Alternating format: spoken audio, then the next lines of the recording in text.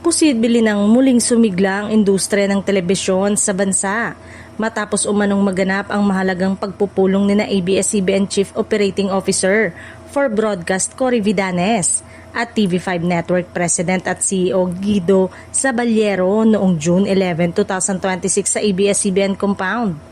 Ayon sa ulat, naging sentro ng kanilang pag-uusap ang muling pagpapatuloy ng partnership ng dalawang network.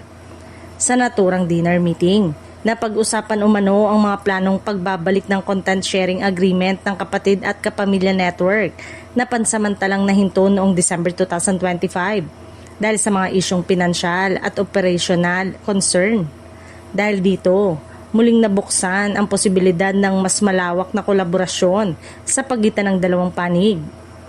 Isa sa mga inaasahang pagbabago ay ang muling pagpapalitan ng mga programa kung saan mapapanood sa TV5 Network ang ilang palabas ng ABS-CBN, habang ang ilang kapatid program naman ay mapapanood sa Kapamilya Channel.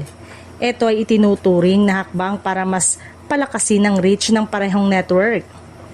Ayon sa mga ulat, may posibilidad na sa susunod na linggo, posibleng sa June 16, kung walang pagbabago ang formal na anunsyo ng muling partnership ng dalawang network.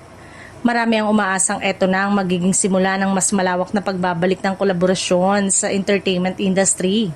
Kabilang sa mga unang programang posibleng mapanood sa TV5 ay ang Sigabo, ang pagbabalik serye ni Coco Martin. Ito rin ang isa sa mga proyektong inaabangan dahil sa matagal na kanyang pahinga sa teleserye matapos ang FPJ Batang Quiapo. Kasama ni Coco sa naturang proyekto si Julia Montes na lalong nagpataas ng interes ng mga manonood. Sa ngayon, nananatiling inaabangan kung kailan eksaktong ilalabas ang formal na kumpirmasyon ng partnership at kung ano pang mga programa ang susunod na mapapabilang sa muling pagsasanib puwersa ng dalawang network.